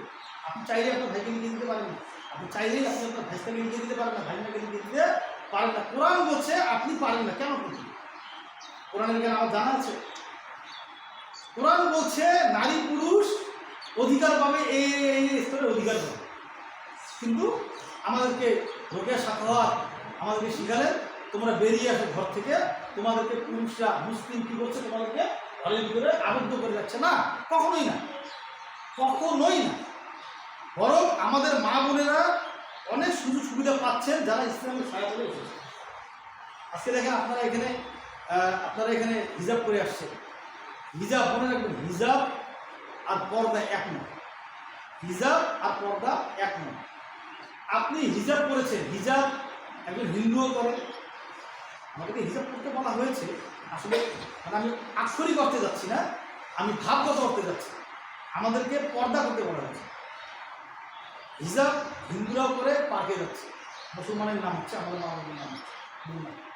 আবার দেখবেন মুসলমানদের ঘরে যারা সেকুলার, যারা নিরপেক্ষ, ধর্ম নিরপেক্ষ মনে করে যে আমি ইসলাম আমি পালন করি, আমি মুসলমান, আমি নামাজ কালাম সব করি, কিন্তু আমি সব ক্ষেত্রে ইসলামকে আগায় রাখবো না। কেন? সংবিধান হবে ইসলামিক, এটা আমি মানব না। আমি কোনো কাজে একদম সব কিছুতে সংবিধানে বিসমিল্লাহ লেখা থাকবে, এটা আমি মানব না। ওটা সবার সমান অধিকার না, রাষ্ট্রীয় আইন। আমাকে ইসলাম হলে শ্রেষ্ঠ ধর্ম এবং ইসলাম হলে রাষ্ট্রীয় ধর্ম, এই রাষ্ট্রীয় ধর্মের আওতায় সব কিছু থাকতে হবে। আজকে যদি দেশে ইসলামিক আইন প্রতিষ্ঠা হতো, তাহলে একজন হিন্দু বোরকা পরে আমাদের বোনদের উপরে কোনো প্রকার খারাপ দিতে পারত। আজকে খারাপ তকমা দিচ্ছে আমাদের মুসলমানদের মধ্যে এক শ্রেণীর মেয়েরা, যাদের বাবা মা সঠিকভাবে ইসলাম পালন করে, তারা বোরকা পড়ছে। বোরকা পরার মধ্যে যে একটা শালীনতা, সেটা নয়। বোরকা পড়তেও স্বাধীনতা। আলহামদুলিল্লাহ, আমি আপনাদের এই মাদ্রাসা প্রথম যেদিন উদ্বোধন হয় সেদিনও আসছিলাম, তখন তো না, আমি সেদিনও আসছিলাম। তো এখানে যে নিয়তে এই মাদ্রাসাটা দেওয়া হয়েছিল, আমি অনেক চিন্তা ভাবনা করে দেখেছিলাম যে আমি আসলে আমার মধ্যে কলিমে মাদ্রাসা দিয়েছিলাম, তো আমি ভাবলাম যে 3 পাস করার পর আমার মধ্যে কোথায় দিই। তখন আমি চিন্তা করলাম যে যার ডান্স সেন্টার ওদিকে ছিল, তারপর 27 দিনে হলো আমাদের মোতারুল আসছিলেন, তিনি আমাদের মাদ্রাসার শিক্ষক ছিলেন। আমরা একসাথে 1 বছর আমরা একই মাদ্রাসায় শিক্ষকতা করেছি। মোতারুল আপনার সাবেক যে হাই স্কুল ছিলেন, আমি চিন্তা করলাম যে মোতারুল এখানে আসছেন, আমার মেয়েটা এখানে এখন চিন্তা করলাম। তো এমনি করতে করতে দেখলাম যে হেকমা আমাদের এখানে তারপর এখানে অনেক ব্যয়বহুল, অনেক এক্সপেন্সিভ। আপনাদের এখানে অনেক কম, এখানে অনেক ব্যয়বহুল। তো যাই হোক, আমাদের এই মাদ্রাসাগুলো আমাদের সম্পদ আছে, এই দারুসুন্নাহ, এখন আমাদেরকে দারুসুন্নাহ নিয়ে কাজ করতে হবে। আপনাদের এখানে এই জায়গাটা থেকে আশীর্বাদ, এখানে রহমত আল্লাহ তাআলা। দারুসুন্নাহ এত সুন্দর পড়াশোনা হয় যে এখানে আমাকে কিন্তু অনেকে বলে কোথায় দিব দারুসুন্নাহ, কোথায় বলি। তো আমাদের আপনারা জানবেন, যে খুশি হবেন, অনেক হানাফি মাদ্রাসা থেকে এখন আমাদের এই আইলাদি ঘরানা মাদ্রাসাগুলোতে দিচ্ছে। কারণ এখানে হানাফি ঘরানা কেউ আছে কিনা, আমি নিজে একজন হানাফি, আর আমি কিন্তু একজন মাজার পীরের হানাফি। আমার মুসলিম বড় দেখে মনে করেন যে আমি এখন মাজার পূজা করি। আমার বাসায় নিয়মিত মাজার পূজা করা হতো। একটা কবর ছিল, উনি ভালো আলেম ছিলেন, মানুষের মধ্যে জনশ্রুতি আছে যে যার কবরটা আছে ওটা একটা ভালো একজন আলেম ছিলেন উনি। তো দেখ আমার মা একটু তখন তার অত শিক্ষিত ছিলেন না, আমরা তো একবারে লেখাপড়া জানতাম না, কেউ একটু ভুলভাল বুঝিয়ে ওটাকে মাদার বানিয়ে দিয়েছেন। ওখানে অনেকে মানত করতো। আমার কাছে নিয়ম করে 2 বার মাসে মিলাদ হতো। তো এগুলো আলহামদুলিল্লাহ, এগুলো আল্লাহ আমার দ্বারা এগুলো দূর করিয়েছেন। এখন আর মাজারের কোনো কার্যক্রম নাই, সেখানে মাজারের কোনো বিষয় নাই, কোনো সিন্নি দেওয়া হয় না আজকে প্রায় 20 বছর ধরে।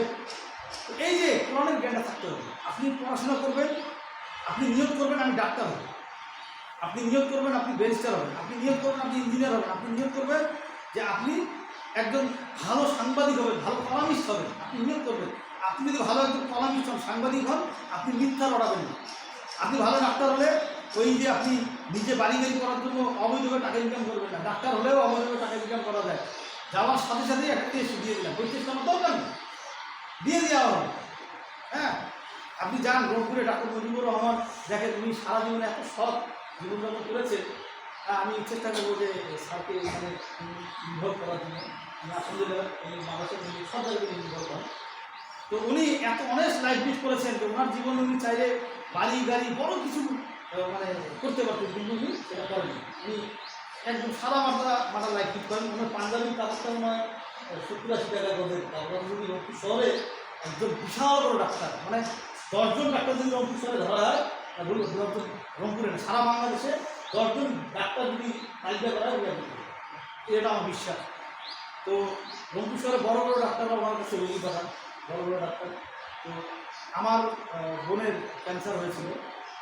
তো একটা আমলের কথা বলি, কথা কিন্তু আসলোই যে আমার বোনের ক্যান্সার হলো। তো করোনার পরপরই তো এই সময় ডাক্তাররা বললো যে তার পুরো শরীরে ক্যান্সার ছড়াই দিয়েছে। আমি যখন টেস্ট করতে নিয়ে গেলাম, ওই বলতে আমার খুব নিডি, ওর হাজব্যান্ড খুব একটা মানে নিডি আর কি। আমি ওর ট্রিটমেন্টের দায়িত্বটা নিলাম, আল্লাহ আমাকে নেওয়ার তৌফিক দিলেন। তো আমি যখন ওকে ডাক্তারের কাছে নিয়ে গেলাম, তো ডাক্তার টেস্ট করার পরে বললেন যে আমি মহিলা ডাক্তার খুঁজে পাচ্ছি। দেখ তারপরে একটা মহিলা একটা পেলাম, আমি ওনার যাতে রেখেছিলাম। তারপরে টুকটাক অপারেশনগুলো ওই ডাক্তার নিয়ে করাতে বাধ্য করেছি। নাই কী করবো, এটা আল্লাহ মাফ করবেন। তো একটা টেস্ট করার পরে ডাক্তার বললেন যে ওনার সমস্ত শরীরে ক্যান্সার সরাই গেছে। আমি মাথা আমি এটা শোনার পরে খুব হতাশ। ছেলেটা একটা বড়টা তো একটু বড়ো, আর ছেলেটা আমার প্রিয় কিন্তু চিন্তা করতো না, আরও বড় 4 5 এই ছেলেটা দেখতাম আর আমার খারাপ লাগতো যে বোনটা ডাক্তার বললো সারাই গেছে, সারা গেলে তার বাচ্চা থাকে না সাধারণত, আল্লাহ বাচ্চারা সেটা ভেবে দিই। ওই ভাইনাটাকে দেখতাম আর আমার খুবই খারাপ লাগতো যে একটু বয়সের ছেলেটা ইয়ে হবে। তারপর চিন্তা করবো যে না, যেটা হবে তো হবে, ওর দায়িত্ব আমাকে নিতে হবে। তো আমি একটা আমল করা শুরু করলাম। আমি আমল করা শুরু করলাম সূরা ফাতিহা। তো আমি শুনেছিলাম যে সূরা ফাতিহা সর্বরোগের শিফা। আমি নিয়ম করে আমি ওকে সূরা ফাতিহা করে পানিতে ফু দিয়ে ওই পানিটা ওকে খাওয়ানো শুরু করি। খাওয়ানো শুরু করতে করতে একসময় ডাক্তার মুজিবুর রহমান স্যারের কাছে যে ডাক্তারের কথা বললাম, ওই স্যারকে বললাম চাষা কী করা হবে, আমি আমার পাশে বসে কী দিয়ে রাখবো, চাষা এখন কী করা যাবে, দেখো এখন কী করবো, রংপুর মেডিকেলে এর দেওয়ার টেস্টের জায়গা নেই, রংপুর মেডিকেলে পরমাণু যে গবেষণা কেন্দ্র ওখান থেকে, যেটা সরকারি লেভেলে সর্বোচ্চ রংপুরের রিপোর্টটা। তারপরে তোরা কী করবো, এখন আল্লাহর কাছে চাওয়া সবার কাছে। আমি একটা পরিপূর্ণ বিশ্বাস আমার কেন মানে আমার কাছে মনে হলো না সূরা ফাতিহা দিতাম, এটা আমার মনে হয়েছে। এখন আমি তাকে নিয়ম করে সূরা ফাতিহা 3 বার করে আউযু বিল্লাহি মিনাশ শাইতানির রাজিম 3 বার করে প্রতিবার করে আমি পানিতে ফু দিয়ে আবার একবার করলাম, করে পানিতে 3 বার ফু দিলাম, আবার একবার করে 3 বার ফু দিলাম। প্রত্যেকবারে আলহামদুলিল্লাহ বিসমিল্লাহ শহীদাই করেছে। এরকম কয়েকদিন খাওয়ানোর পরে আল্লাহর রহমতে বগুড়ায় আমাদেরকে যেতে বলা হলো যে এনারা এখন ট্রিটমেন্ট আমাদের রংপুরে নেই, বগুড়ায় গিয়ে করা হবে। ওখানে গিয়ে ডাক্তার বললেন, এই ডাক্তার সেখানেও পুলিশ ডাক্তার। তা আমি চিন্তা করলাম না, পুলিশ ডাক্তার করাই দেবো, করাতে হবে। পরে আমি বললাম যে স্যার আসলে আমি কী বলবো? বললেন আমি এই আপনাদের রংপুরে টেস্ট করে আমি দিব না, কী বলে ট্রিটমেন্ট দেবো, আমি একটা টেস্ট করাবো। ওই টেস্টটা করতে 3 দিন সময় লাগবে। আমি আমাকে বললো যে আমি স্যার এটাকে আগে করা যাবে, এটা করা যাবে, আরও 3টা রোগ যাবে। তা অপেক্ষা করতেছি। ওই পরের দিন আবার আরও 2টা রোগ আসছে। ওই আপনার বিষয়টা নিয়ে ডাক্তারের ইয়েতে ঢুকলাম, ওরা হাজবেন্ডকে সব ঢুকাবেন তো তোরা যা, আমি বাইরে যাও, মনটা খারাপ স্বাভাবিক হবে। তো ডাক্তার ঢুকার পরে টেস্ট দেখলো আর আমার ওই বোনকে একটু মাথা হালকা লেগেছে, দেখে বলবে আপনার আলহামদুলিল্লাহ। তারপরে বোন তো বের হয়ে ওরা সব দেখা করে ডাক্তার হতে দিয়ে বলবে আমি কী হলো, আমি কী ওরা হাসতেছে, আসলে আমার বোন জানো আর নিয়ে গেলাম হাসতেছে। কী অবস্থা আমার খুশি গেল, বললে ডাক্তার বলছে আমার শরীরে কোথাও ক্যান্সার নেই, কোথাও ক্যান্সার নেই। মানে এটা আমি এই যে গা শিখে সেই বন্ধুটা আসছে আমার একটা দাওয়াত সকাল থেকে ওরা আসছে। তো আমি আমার কাছে মনে হয় যে না সূরা ফাতিহাই করি, আমার বিশ্বাস এটাই, আমার এখনও বিশ্বাস সূরা ফাতিহা দিয়ে ওটা কাজ হয়েছে। আচ্ছা, এবং আরেকটা জায়গায় আমি আমল করেছিলাম একই সময়কার ঘটনা, তার 2 মাস আগের ঘটনা। 21 সালের যে রমজান মাসের আগের মাস, ওই মাসে আমার ভাই, আমার আপন বড় ভাই, ও বিজেপি সাংবাদিক, তো ওর কিডনি থেকে কিডনির একটা বড়ি হচ্ছে নাকি আপনারা বড়ি খারাপ লাগতেছে। তো আমার ওই ভাইয়ের মানে কিডনি ফুটো হয়ে ওর ব্লাড বের হয়ে যায়। তখন একবার করে ব্লাড বের হয়, ওর একবার পুরো শরীর থেকে ব্লাড বের হয়ে যায়, কোনো ব্লাড থাকে না, শুধু আমাদের এই যে হৃৎপিণ্ড বলেন, কিডনি বলেন, এগুলোর মধ্যে যে রক্তটা থাকে। ওখানে আমি দেখলাম যে ডাক্তার বলছিলেন আমাদের ট্রিটমেন্টটা আমরা বুঝতেছি না কী কারণে এটা হচ্ছে। ওরা তো ট্রিটমেন্ট দিচ্ছে, 1 মাসে 3 বার, 2 বার আইসিইউতে গেছে, একবার দিচ্ছি 1 মাসে। তা আমি ওখানে ওই সূরা ফাতিহার আমল করা শুরু করলাম। তারপরে আলহামদুলিল্লাহ সে হইল এবং আমি বলছিলাম ডাক্তার কিছু ইন্ডিয়া নিয়ে যাবো, তো বলছে না ইন্ডিয়া নিয়ে গেলে কাজ হবে না, যেহেতু এর রোগ তো আমরা দিতে পারি। পরে একটা টেস্ট করার পরে বোঝা গেল ওই টেস্টটাতে কিডনিতে ভেন ফুটো হয়ে গেছে। সেটা আবার সার্জারি করতে প্রায় 2.5-3 ঘন্টা সময় ছিল। তো এটা আমি বললাম সূরা ফাতিহার আমল করবেন।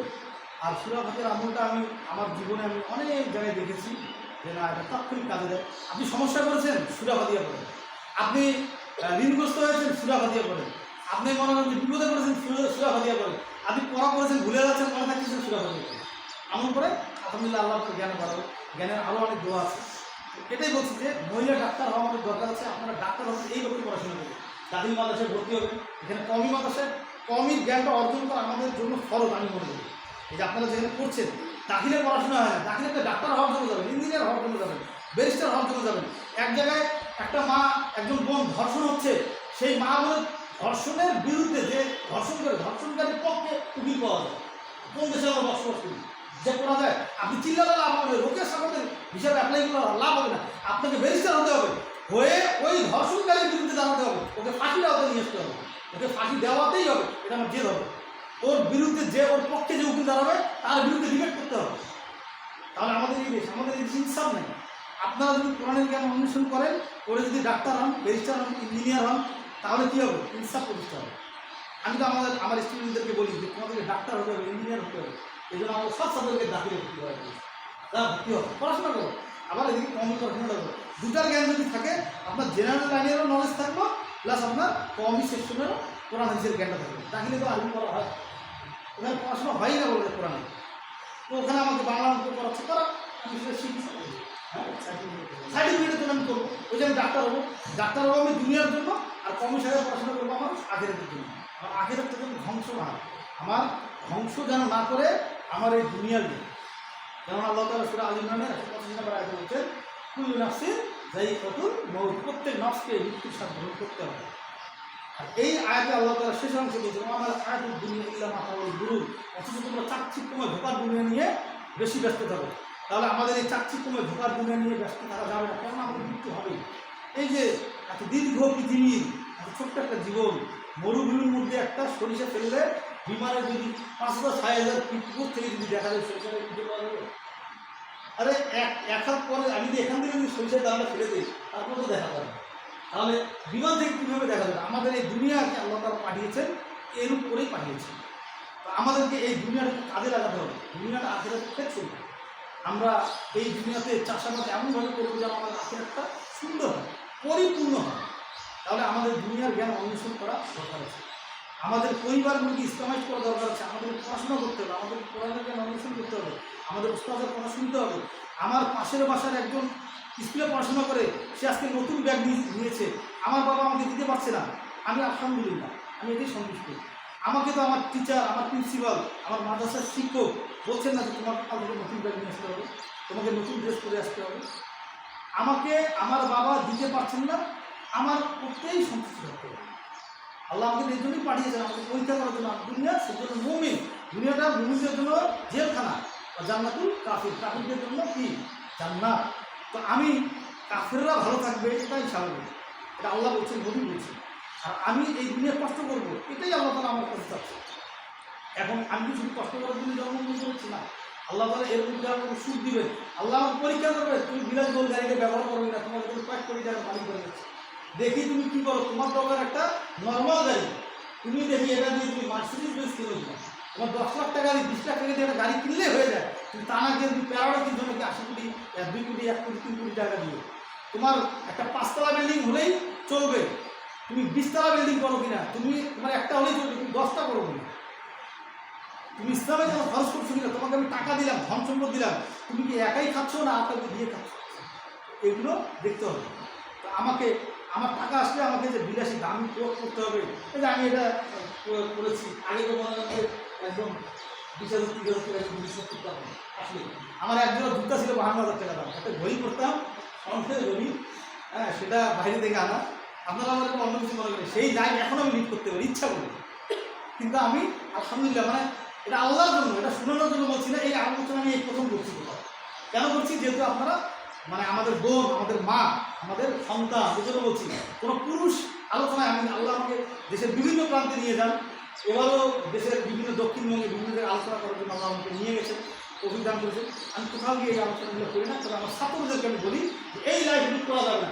আমার যে ঘড়িটা ছিল সেটা স্বর্ণের গায়ে ছিল, সেই ঘড়ি এখন আছে, লাইফ করি না। আমি বিয়ে করার পর থেকে আমার লাইফটাকে একদম নর্মাল করে দিয়েছি। তো এই যে এটা মাথার মধ্যে রাখতে হবে, বিলাসী জীবন পারবে, করতে পারবে, কেন পারবেন না? আপনি সাড়ে মার্কেটে যান, এই যে দেখেন কত সুন্দর করতে বেগুন দামি মনে হয়, আসলে এটা দাম, কিন্তু আমি এটা কিনেছিলাম 400 না 500 টাকা। সাড়ে মার্কেটে গিয়ে এনে এটা ব্যবহার করে দিন, আমি নিজে দিচ্ছি। আমার বাবা আমাকে দিতে পারবে, আমাকে ওখান থেকে কিনে করতে হবে। কাপড়গুলো আমি কিনে, আমার পাঞ্জাবি জুব্বা কিনি, আমি আমার শিক্ষকদেরকে উদ্বুদ্ধ করেছি। আমার একজন ব্যাংকার বন্ধু, ও মাসে প্রায় 1 লক্ষ টাকা দিয়ে, আমি এই পোশাকগুলো পরার জন্য হনুমান টাকা দিয়ে কাটা কাপড় কিনে আনি। আমি 1000 টাকায় প্রায় 6টা পাঞ্জাবি জুব্বা বানাতে পারি। আমার ওই বন্ধু থেকে বলে না, কিন্তু আমিও দেবো, সেও পেয়েছিল একটা। তো দেখ, ওকেও আমি এখানে নিয়ে আসবো, এই মাদ্রাসার জন্য আমি মাদ্রাসায় আসবো, বিরক্ত হবে না। তবে সবচেয়ে বড় কথা, বিলাসী লাইফ করা যাবে। আমরা, আপনি মির্জানুর রহমান আজারিকে দেখবেন, আমি হানাফি মাযহাবের, যদিও ওনার কিন্তু বিলাসী লাইফ করেন না। তারপর আমি ওনার ব্যক্তিগত জীবনটা জানি। আহমদুল্লাহ সাহেব, উনি কিন্তু বিলাসী জীবনযাপন করেন। মনে করতে কাপড়গুলো খুব দামি না, আমাদের কাপড়গুলো ওই দামি। আমাদের শিক্ষকরা, ওস্তাদরা যেরকম করেন, আমরা যেরকম করি, ওনারাও সেরকম করেন। ওনারা একদম 5,000-10,000 টাকা জিনিস করেন। তারপর আব্দুল রাজ্জাক সাহেব দেখেন, মুজাফফর বিন মহসিন সাহেব, কেন পাঞ্জাবিটা আমি কাছ থেকে আমার বাসার উপরে আসছিলেন, আব্দুল্লাহ ভাইও আসছিলেন, আমার বাসায় তো বড় বড় বড় সাহেব আসে, এনারা আসলে আমার বাসায় আসে। তো এনাদের পোশাকগুলো আমি দেখেছি, এত মানে এনাদের কাছে আমি শিখেছি যে আসলে ধীরে জীবনযাপন করতে হবে। এটা দেখেছি আপনি, দামি পোশাক পরলে নিজেকে অহংকারী মনে হয়। কম দামি পোশাক পরবেন, দেখবেন। আমি দেখেছি যখন আমি ওই দামি জুতো পরতাম, তখন আমার কাছে মনে হতো আমার চেয়ে এখানে কেউ বড় হতো। একচুয়ালি আল্লাহর কসম করে বলছি, ওই জীবন আপনাকে কখনোই সুখ দেবে না। আমি আমার জীবনে কেন আমি আজকে ইসলামে আসলাম, আমি যত কনসার্ট করেছি, যত গান করেছি, এই হারা গেছে যত আমার বয়সী যারা আছে, আমার অনেকেই ছিল। এখন তারাই বলে যে ইরফান ভাই, সুমন ভাই, আপনি আগে যে গান করতেন, আমি যদি এখনও যদি গান গাই জেমসের গান, আশা রাখি আপনারা বলবেন যে জেমসের মতোই হয়েছে। আমি কিন্তু মানে 5,000 থেকে 6,000 গান আমার মুখস্থ, 5,000 থেকে 6,000। আপনারা যদি বলেন আইব বাচ্চু, জেমস, হাসান, নচিকাতা বলেন, মমতাজ বলেন, কার গান শুনুন বলেন, সব গানই পারি এবং মুখস্থ লাইন বাই লাইন, এবং তাল লয় একটাও ভুল হবে না, আশা রাখি ভুল হবে না। কিন্তু আলহামদুলিল্লাহ আমার বাসা থেকে টেলিভিশন সরিয়ে দিয়েছি, আমার বাসায় দামি দামি ডেস্ক ছিল। আমি উদ্বুদ্ধ করার জন্য বলছি, উদ্বুদ্ধ করার জন্য বলছি, আমার বাসায় বিদেশ থেকে সেট আনা ছিল। এগুলো করবেন না, আপনারা পড়াশোনা করেন, শুধু পড়াশোনা, শুধু পড়াশোনা। আমার বাসায় বিদেশ থেকে আমি সেট আনছিলাম, আমার 2-3 ভাই ইউরোপ থাকে, এই বললাম না বিদেশি নিমন্ত্রণ করার সুযোগ আছে, আমার 3টা ভাই ইউরোপের নাগরিক। এই জন্যই বলার কথা, আমি আজকে যাবো 1 মাসের মধ্যে আমি কিন্তু ইউরোপ দেখে গেছি, কিন্তু আমি আমাকে নেওয়ার জন্য তারা আমার সাথে বুঝাবে, আমার সাথে কথা বলেনি বহুদিন। তাদের ব্যবসা করার চিন্তা ভাবনা ছিল, বিদেশ ব্যবসা করবেন। আমি বলছি না, বিদেশ যাবো, আমি যাই। বিলাসী জীবন আপনার পাশের বন্ধু করতে পারে, আপনি করবেন না। আপনার বান্ধবীদেরকে ঈদ আসছে, তাকে আপনার বাবা 5,000 টাকা দিয়ে একটা ফ্রক কিনে দিয়েছে, আপনি আপনার বাবা 500 টাকা দিয়েছে, আপনি আলহামদুলিল্লাহ বলবেন, আব্বা আপনি আমাকে এটা দিয়েছেন, আমি এতেই সন্তুষ্ট। আব্বা আপনার এটাই সামর্থ্য ছিল, আব্বা আপনি এর বেশি পারেন না, এই জন্য আমি আপনার আপনি আমাকে 500 টাকা দিয়ে দিয়েছেন, আমি আব্বা এটা দিয়ে সন্তুষ্ট। দেখেন আপনার জীবন ধন্য হবে। আপনি যখন বলবেন আমার বান্ধবীকে দিয়েছে ওর বাবা 5,000 টাকা তুমি ফ্রক, একটা 2,000 টাকা তুমি জুতা, তুমি আমাকে এটা দিচ্ছ, এটা এটা করলে আপনার জীবন বিষয় উঠবে। আপনার পরবর্তী আপনার ম্যারেজ, বিয়ের পরের জীবনটা আপনার ধ্বংস হয়ে যাবে। তখন আপনি আপনার লাইফ পার্টনারের কাছে আপনি বেশি করে চাবেন, আমার বাবা তো আমাকে 5,000 টাকা জিনিস দিয়েছে। দেখুন অনেক মেয়ে বলে বিয়ের পরে, তুমি আমাকে কী দিচ্ছ, আমার বাবা তো আমাকে এটা দিচ্ছে, করে দিয়েছে। আমি আমার মেয়েকে ওই বলে আজকে একটা জিনিস ছেলে 3 দিন করে দিই, এবং ওই তার অভিযোগ ছিল একটা সময়, বাবা আমাকে ভালোবাসে না, আমার বান্ধবীরা আমার সাথে সাথে পায়। আমি তাকে বলি নাই কখনো তোমাকে আমি ওই বলো, এখন সে বলি না। এই যে আমি তোমাকে বলে যে বাবা তো আমাকে চাকরি দেয় না, যখন পাই তখন আমার সাথে সাথে দিনে মজা লাগছে। যাই হোক, আপনারা বাবা মাকে দেখবেন যে বাবার আর্নিং সোর্সটা কত, হ্যাঁ এটা দেখবেন। আবদার করবেন না বেশি। বাবার সামর্থ্য মনে করেন যাতে বাবা মাসে 20,000 টাকা ইনকাম করছে, আমাকে 2,000 টাকা দিয়ে একটা জামা দিলে কী হয় না, আপনাকে 20,000 টাকা দেখবেন আপনার ফুলকে দিতে হয়, আপনার চাচাকে দিতে হয়, আপনার দাদিকে দিতে হয়, নানিকে দিতে হয়, আপনার মা আপনার হয়তো তার ভাইকে দেয়, ওই বাবার কাছ থেকে নিয়ে আসে। তো এখান থেকে বাঁচি না আপনাকে, দেখ এগুলো খেয়াল রাখবেন। আর আমরা এখানে পড়াশোনা করবো, আমার এখন কাজ শুধু পড়াশোনা করা। আর যেটা বললাম, আমি কিন্তু মিউজিক থেকে এখন দূরে, আমি নাটকও দেখি না, সিনেমাও দেখি না। আমার মোবাইলগুলো ঘাটবেন, আমার এখানে মোবাইলটা আছে, যদি কেউ ঘাটেন একটা নাটকের দৃশ্য ইনশাল্লাহ পাবেন না। আমি সব বন্ধ করে দিয়েছি, এমনকি নিউজ ফিডগুলো আমি বন্ধ করে দিয়েছি। কারণ আমি এখন আল্লাহকে ভয় করি, আমি আল্লাহকে ভয় করি, আমি আল্লাহকেই ভয় করে সারা জীবন মৃত্যু অবধি আমি আল্লাহকে ভয় করে থাকতে চাই। তো আমাকেও আপনারা দোয়া করবেন, আমার জন্য দোয়া করবেন যেন আল্লাহ তাআলা আমাকে যে হেদায়েত দান করছেন হেদায়েত করতে শিখতে পারি। আর নসিহা হলো কিছু বলবো আপনাদের কাছেই আমার নসিহা নেওয়া দরকার। আপনারা কোরআনের জ্ঞান অতি ছোটো ছোটো যারা আছেন এনারা কত সুন্দর ধৈর্য ধরে আলোচনা শুনছেন। এই যে শিখবেন, আপনারা বেশি বেশি শিখবেন। আর শিক্ষিকা আপনারা ওস্তাদদেরকে প্রশ্ন করবেন, বেশি বেশি প্রশ্ন করবেন। প্রশ্ন করতে করতে দেখবেন যে একটা সময় ওস্তাদ বলবেন না আমি এটা জানি। আবার ভাববেন না যে ওনারা আসলে জানে না, দেখছো এটা জানে, এটা কেউ করবেন না। আমাকে আমার ছাত্ররা প্রশ্ন করে অনেক সময় আমি জানি, তখন আমি অকপটে বলে দিই এটা কিন্তু আমি জানি না, এটা কালকে জেনে আমি তোমাদেরকে জানাবো। আমি ভুল তোমাদেরকে শিখাবো, আমি জানি না এটা অকপটে শিখার দিই। আমাকে ছাত্র এখানে আছে জিজ্ঞাসা করে, আমি ভুলটাই বলে যে আমি এটা জানি না, তোমাদেরকে কালকে এসে জানো। বাস আমি জানে তারপরে তুমি ভুল শিখাবো, ভুল শিখানো জানো। তো যাই হোক, এখন আমার জীবনে যেটা মনে হচ্ছে যে আমি যত ডিগ্রি যেগুলো নিয়েছি, মনোবিজ্ঞানের উপরে, তারপরে ফিলোসফির উপরে, তারপরে পরিসংখ্যান ওটার উপরে, রাষ্ট্রবিজ্ঞানের উপরে, এগুলোর উপরে আরও অনেক অনেক বিষয় ডিগ্রি নিয়েছি। কিন্তু এখন আমার কাছে মনে হয় যে না, কোরআনের জ্ঞান ছাড়া সব কিছু কোরআনে আছে, সব কিছু। আমার সাথে এক নাস্তিকের একটা কথা বলি,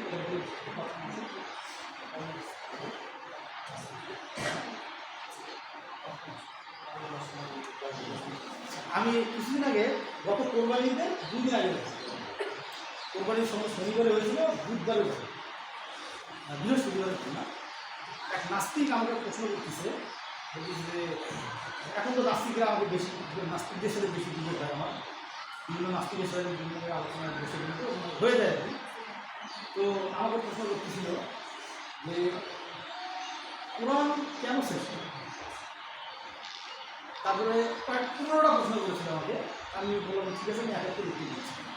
তার মধ্যে কয়েকটা প্রশ্ন বলি, কোরআন কেন শ্রেষ্ঠ, গীতা বাইবেল কেন শ্রেষ্ঠ? আর মনে রাখবেন নাস্তিক কিন্তু মুসলমান থেকে হয়, অন্য ধর্ম থেকে হয় না। মুসলমান মুনাফিক আর নাস্তিক এই দুটা জিনিস মুসলমান থেকে হয়, মনে রাখবেন বেশিরভাগ। অন্য ধর্মেও ওরা নাস্তিক না, ওরা কি সেকুলার করে দেবে। আর নাস্তিক কিন্তু হয় মুসলমান থেকে, আর মুনাফিক হয় মুসলমান থেকে। মুনাফিক কিন্তু অন্য কোনো ধর্ম থেকে হয় না, মুসলমান থেকে মুনাফিক।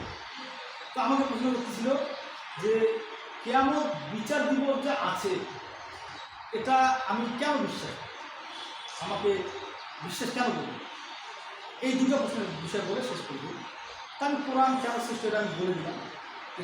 আমি ওকে বললাম যে আপনি কোন বিষয় জানতে চান আমাকে বলুন, কোন বিষয়ের উপরে আপনার জানা দরকার আপনি আমাকে প্রশ্ন করে আমি আপনাকে কোরআন থেকে উত্তর দিই।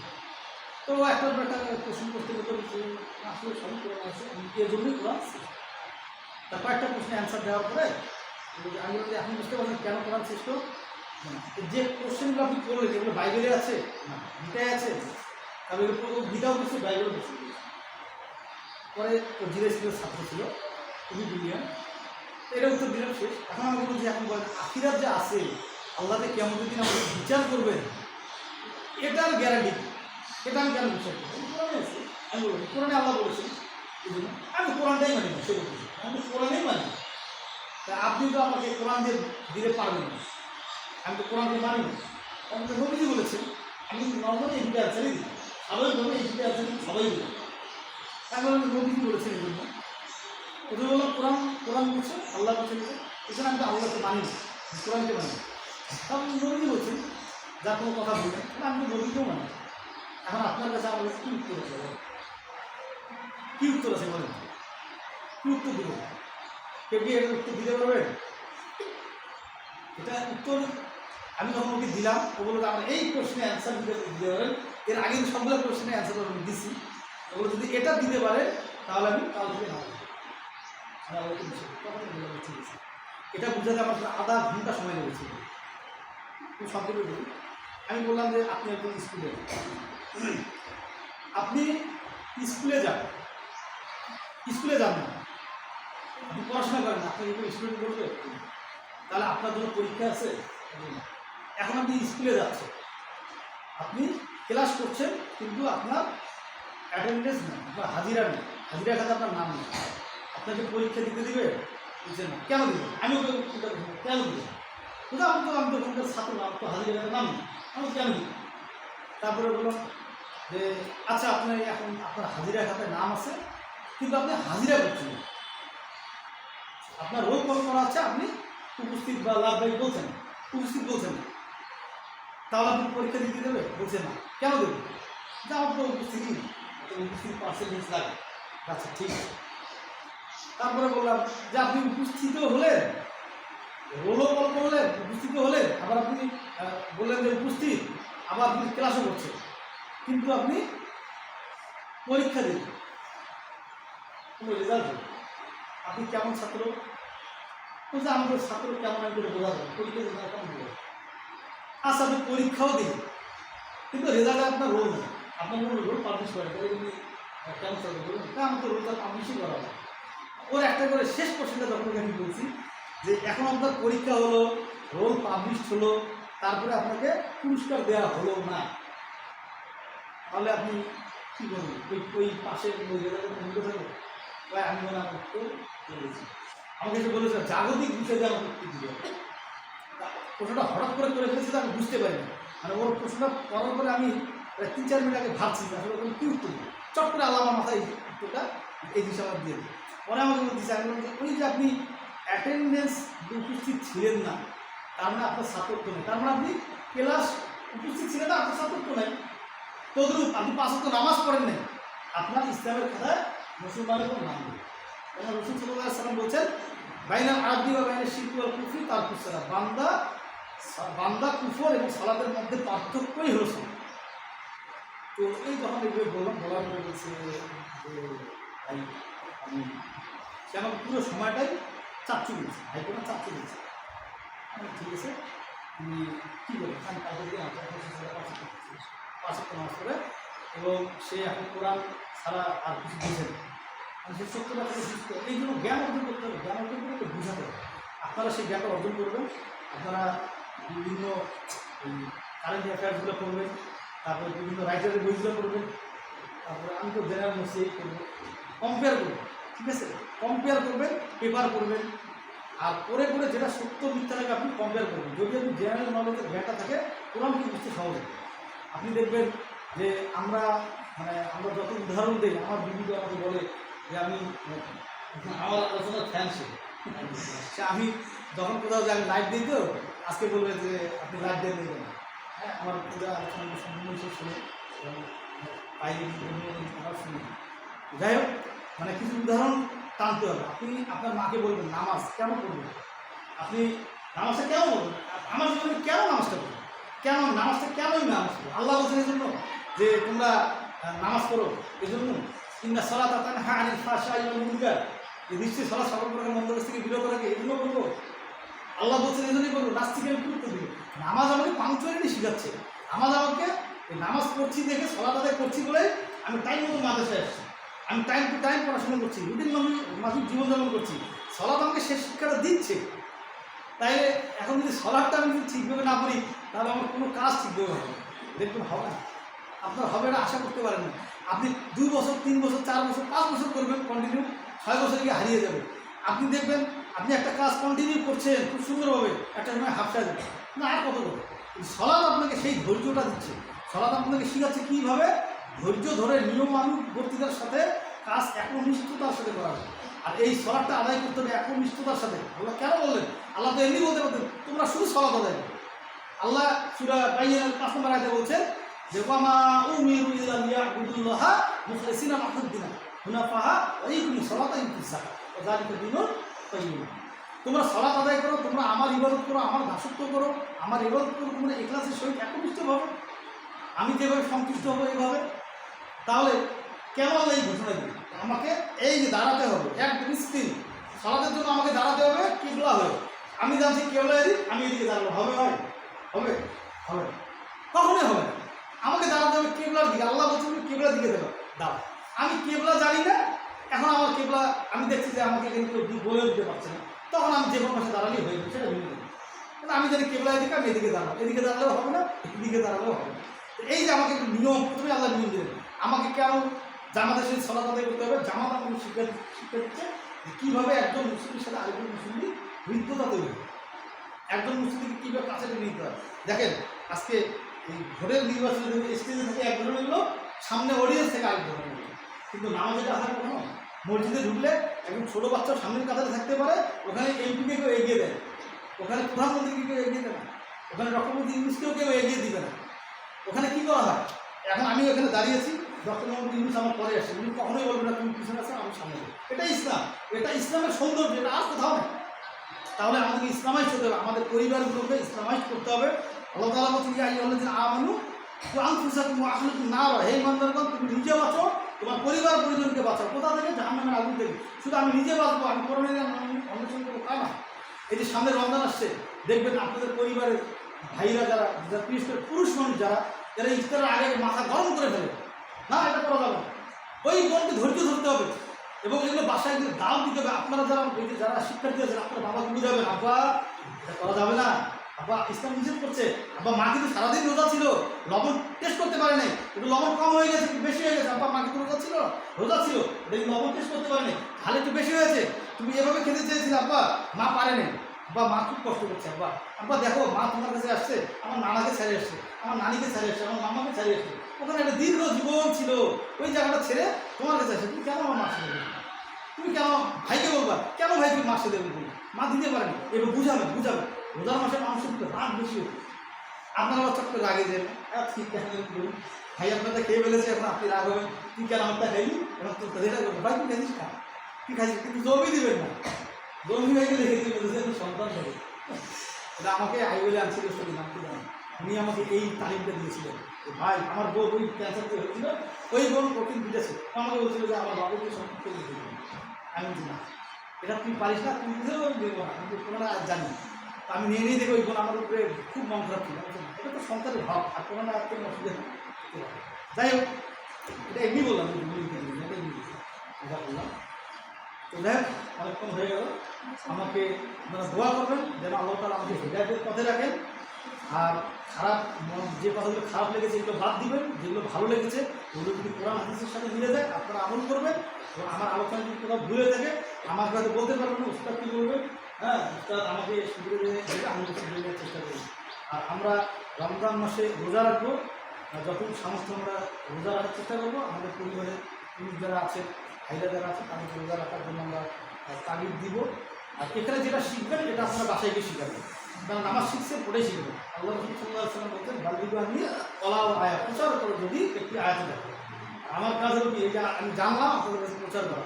আবার আমি তো মাদ্রাসার ছাত্র না, কিন্তু এখন আমি খুব হিউজ পরিমাণ পড়াশোনা করছি। আমি অনেক রাত পর্যন্ত পড়াশোনা করি আলহামদুলিল্লাহ। তো যাই হোক পড়াশোনা করতে হবে। আল্লাহ প্রথমেই আমি একটা আয়াত দিয়ে শুরু করেছিলাম, যে করো এখানে কী বলছে, যে করো বিসমি আউযু বিল্লাহি মিনাশ শাইতানির রাজিম বিসমিল্লাহির রহমানির রহিম। যে করো বিসমি রাব্বিকাল্লাযী খলাক। শোনো তুমি তোমার আল্লাহর নামে, যে আল্লাহ তোমাকে সৃষ্টি করেছে, তাই না? শোনো তোমার আল্লাহর নামে, যে আল্লাহ তোমাকে সৃষ্টি করেছেন। ঠিক আছে? হ্যাঁ, কেউ একজন বলছে না, আমার ব্যাখ্যায় ভুল হয়েছে, তাই না? কেউ একজন বলেছে যে না ঠিক হয়নি। আমি বলছি শোনো, তার মানে শুনতে আল্লাহ বলেন, কি বলছেন? ইকরা, পড়ো। আমাদেরকে পড়তে হবে, বেশি বেশি করে পড়তে হবে, আমরা পড়বো। ঠিক আছে? আল্লাহ তাআলা আমাদেরকে বেশি বেশি করে পড়ার তৌফিক দান করুন। এটা কোরআন হাদিসের জ্ঞানের পাশাপাশি আমাদেরকে অন্যান্য কিতাবগুলো পড়ার তৌফিক দান করুন। আমরা সবাই বলি আমিন। ইবাদাল্লাহ রাহিমাকুমুল্লাহ ইন্নাল্লাহু হাইয়্যুন বিল আদলি ওয়াল ইহসান ওয়া ইতা'আ